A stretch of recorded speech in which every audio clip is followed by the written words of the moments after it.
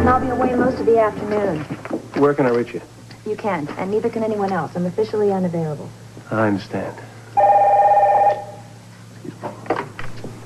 Gallery Olivia. Who's calling, please? The Roger Marchand?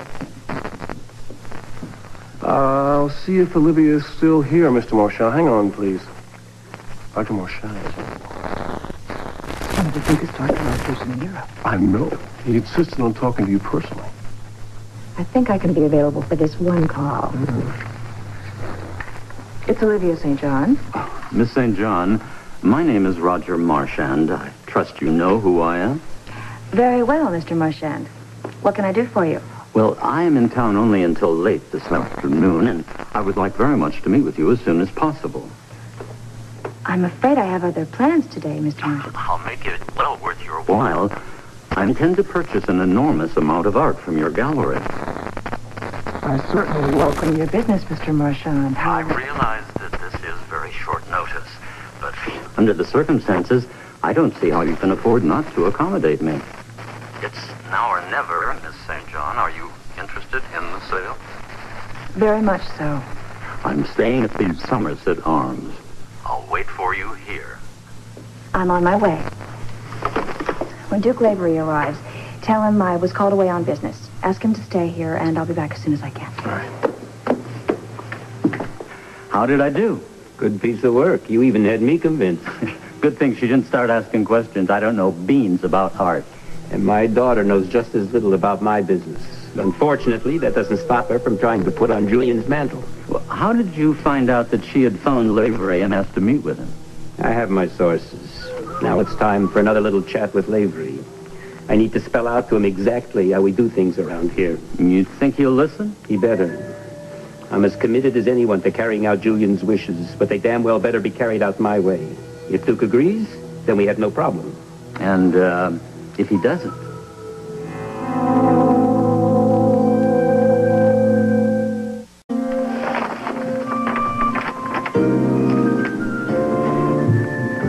What's all this? Colton's fan mail. All of this is for Colton? Well, this is just the first batch. There's 3 more out there. I do believe Star's born. Look at this! I don't believe it! Colton is a smash. You better call your sister and tell her the good news. That's a very good idea. In fact, I've got something else I need to talk to the little lady about. Let's see what... She's perking this morning. Open at 'em, sweetie. You want me to get that? Yes, please. Hello. Robert? Surely a long number. What are you doing in my sister's apartment at this hour of the morning? You wouldn't believe me even if I told you, Tiffany. The scheme worked. Don't go jumping to any conclusions. Are you still in bed? I'm sorry, I can call you back. Pardon me for me to interrupt the throat. Just calm down, will you? And just stop hyperventilating. This is wonderful. This is absolute... I don't know how to thank you. It was nothing. Oh. Literally. Oh, you're too Modest. I see that wonderful charm is still there. You'd be surprised what you can do with a couple of bottles of champagne. I know from experience. Speaking of life in the trenches, what's the latest on your prospects of becoming Mrs. Donnelly? I'm thinking about it. Why the hesitation? Well, among other things, because Sean is so all-fired sure that I would just jump down on my knees and kiss his feet the minute he popped the question. Why do I feel I'm getting over my head here? You ask.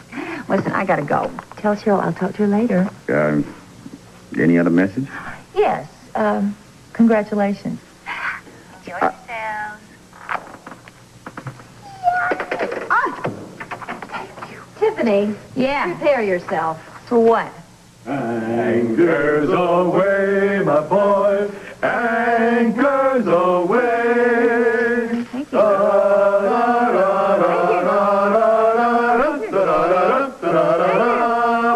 Thank you. There we go. What is all this? What? Read the card. The card. Read the card. Read the card. Read the card. This isn't a card. This is a deed with my name on it? Mm-hmm. You bought me a boat? Well, actually, it's a yacht, and it's anchored in the harbor near Duke's Club, all set to whisk us away to our honeymoon hideaway. Oh. Meet your crew. Captain? Oh, Sean, I don't believe it. You bought me a boat. Oh. Well, it's simple, yes, will do. Oh, you don't know how much I appreciate this. But I can't take it. Why not? I just wouldn't feel right about it. Oh, just in case you decide not to marry me, huh? Well, either way. Oh, look, sweetheart, I'm not trying to buy your love. I'm just trying to nudge it a little in my direction, that's all. Ah, if this is a little nudge, I can hardly wait for the big push, you know? You're a very stubborn woman, you know? I know what I want. And I obviously don't have a clue to what you want. So, you keep the flowers. I'll take the boat. But I'll keep trying. You do that, and good luck. Thank you. All anchor, guys.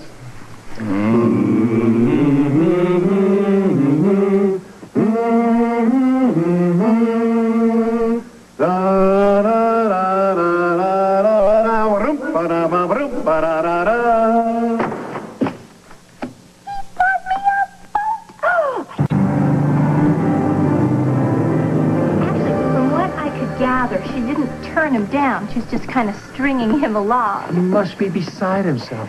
For once, the great Sean Donnelly doesn't get what he wants. Well, not yet, anyway. Please don't rain on my parade. I'm just enjoying imagining this man groveling at a woman's feet. Not just any woman. Oh, you're right about that. If he had to be cut down to size, who better to wield the axe than Tiffany? I just can't believe that she would let that ring go. I mean, it had to be worth a fortune. You just can't marry somebody for money. That's the point. Well, maybe you wouldn't, but most of us would gladly take what we could get. I'm impressed. I mean, most people can't even look at food during a hangover, much less prepare it. Well, cooking it was easy. Eating it's another story. I guess it's explanation time. Last night, I was trying to forget. You remember the night I stood you up at Duke's? Yeah, to attend a memorial service for a friend, right? Yeah. Julian was more than a friend. Well, I figured. At least he used to be. We hadn't seen each other in quite a few years. It's funny how somebody can disappear out of your life for a while. And you don't think about them every day. But when you find out they're really gone, it's like a hole opens up inside you and you swear you'll never fill it. Yeah, well, I guess we all carry a few of those around. Julian and I met when we were very young, and it was your basic love at first sight. I always assumed that we'd get married, but that didn't happen. Do I need to know why? Let's just say circumstances came between us, and we went our separate ways. But I never forgot him. He was special. He was the love of my life. And I didn't realize till now that he's still very much a part of me. It's going to take a long time to get over it. You know exactly what I'm talking about, don't you? You've lost someone, too?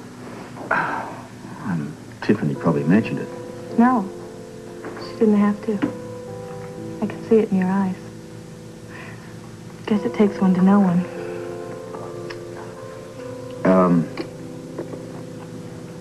My wife, Holly, unexpectedly died about a year ago. I'm sorry. Yeah, I guess I'm still trying to come to terms with it. I'm making life miserable for Anna and Robin, and... Well, you know, I guess I can't help it. They're the only family that I've got. Anna accuses me of being overprotective. Are you? Probably. But the life of me, I cannot help myself. They're really all I've got left, and I mean, if anything were to happen to them... So, to that end, I'll do anything that I have to, and I mean anything, to look after them. Nobody is going to mess with my family again.